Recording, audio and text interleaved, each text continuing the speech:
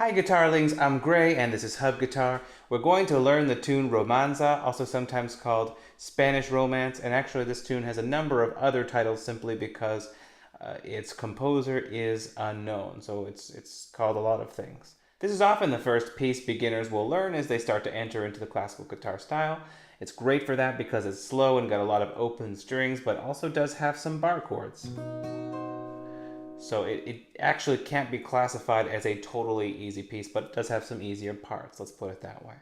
The first thing I want to bring up is that this entire tune relies very heavily on a single right hand pattern. So you want to make sure that not only are you playing it with the correct pattern, but that you're actually projecting some of your mind and some of your attention into this pattern as you play, which means that you obviously need to get down the left hand part and know where the notes are going to be for the fretting hand, and that way you can really try to focus on what your picking hand is doing and try to get comfortable with that pattern. So the pattern starts on 2 fingers on outer strings. The thumb is going to play the bass probably on the 6th or 5th string, and at that same moment the ring finger is going to play the higher of the strings in the set.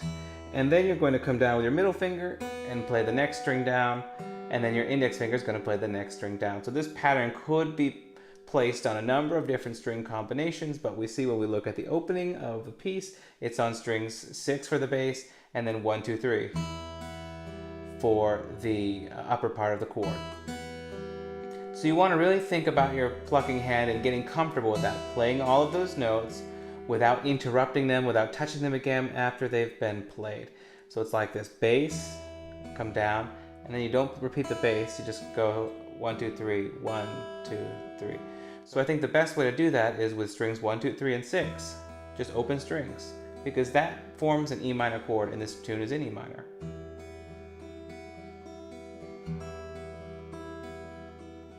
Once you get into the habit of that, kind of close your eyes and push your mind into your fretting hand and try to feel every detail about how your fingers are touching those strings. Go slowly. Make sure you don't touch a string again after it's been plucked and you don't interrupt it. Try to get a clean, smooth, and clear tone with very little effort. And then don't let your fingernail touch the top of the string as it rings. That will produce a particularly glassy sound.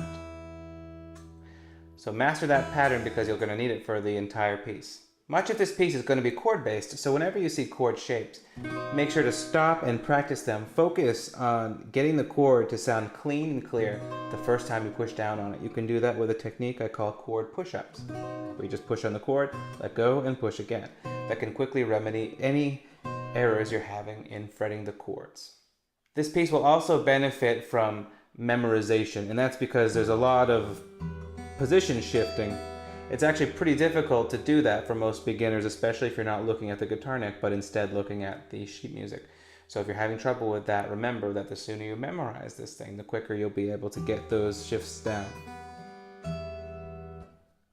And one last tip, the meter or time signature is a compound meter called 9/8.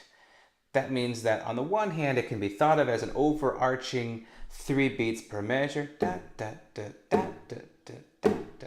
So that's 1, 2, 3.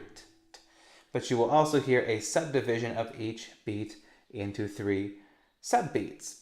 So you can think of it as 9 pulses, 1, 2, 3, 4, 5, 6, 7, 8, 9, where 1, 2, 3, 4, 5, 6, and 7 are kind of accented. Or you can think of it as 3 primary beats that are each divided into 3 completely equal parts. But you want to keep that in mind so that you know where the accent goes and how the notes are supposed to be grouped and phrased together. If you're having any trouble with that, I suggest you just listen to other people play this tune. I think that the phrasing will come to you pretty intuitively. Starting at measure 1, we've got a single note fretted at the 7th fret, and we execute our right hand pattern. Measure 2, 7, 5, and measure 3, 3, 2 to the open. Measure 4, open, 3, 7. As we get to the next measure, we're going to go all the way up to measure 12. I suggest you lead in with your pinky.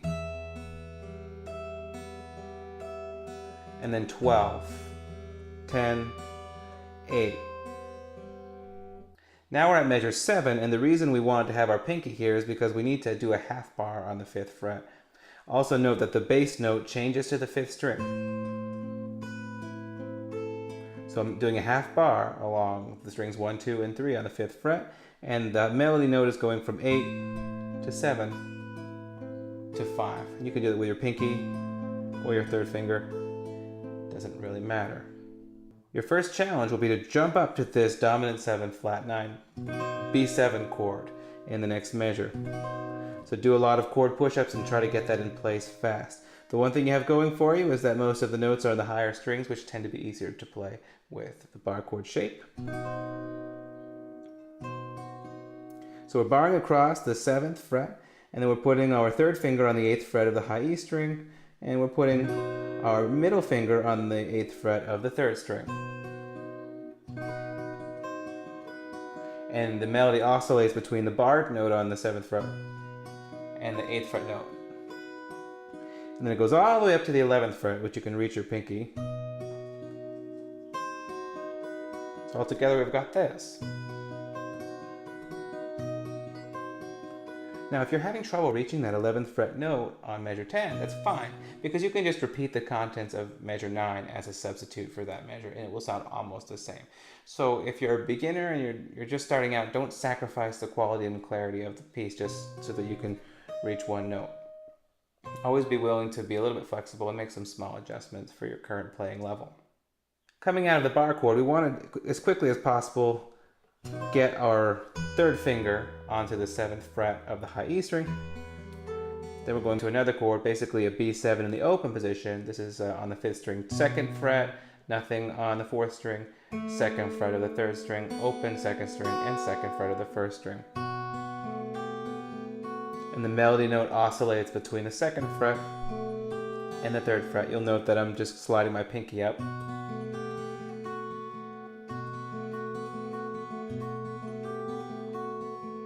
And then we've got an E minor chord cadence.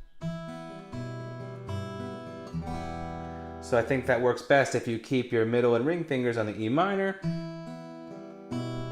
and then put your pinky on the 3rd fret of the big string when it's time, and then just lift it up for the last chord.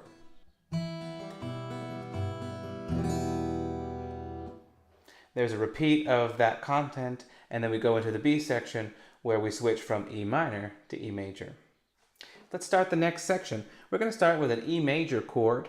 This has our 1st finger on the 1st fret of the 3rd string and our pinky finger on the 4th fret of the high E string, and uses the same plucking pattern as before. And then we're going to go from the 4th fret to the 2nd fret. So you really want to go from pinky probably to middle finger there to make that smooth. Now the pattern switches a little bit, starting with the open E string to the 2nd and the 4th and the 4th. So we've basically got this chord here, which has an open 5th string, 4th fret of the 4th string, 2nd fret of the 3rd string, and 4th fret of the 2nd string. And we're going to start with the outer 2 notes of that chord, high E string and open note, and pluck our way down that chord. And then we oscillate the melody of that chord with the 3rd fret. You could also, instead of doing the open E string on the 1st beat of measure 19, you could actually just reach that same note E on the 5th fret of the 2nd string up here. That might be a little bit smoother because although you have to reach more with your fretting hand, your plucking hand gets to do the exact same pattern. Whenever you can remove inconsistencies from a piece, it'll probably be smoother to play. We've got to jump up to this bar chord on the 7th fret pretty quickly now. So barring across the 7th fret, and I've got my middle finger on the 8th fret of the 3rd string and my ring finger on the 9th fret of the 1st string. And the reason I chose my ring finger there and not my pinky is because I've actually got to stretch up to the 11th fret and I need to save a finger to do that. Again, if you're having difficulty with that stretch, you can just substitute it out and basically skip it. It will sound pretty much just as good. In fact, I'll argue that it will sound better if you play the wrong note, but you play it correctly, as opposed to trying to play the right note and it comes out poorly every time. So just a small tweak that you might want to make to that if you're having trouble. Then we're going to bar across the 9th fret, but we're going to use our 3rd finger if possible, so that we can quickly reach the 7-9-9 chord shape. Now when we come back to the 9-9-9 chord shape, we're going to use our index finger because we're heading up the neck again.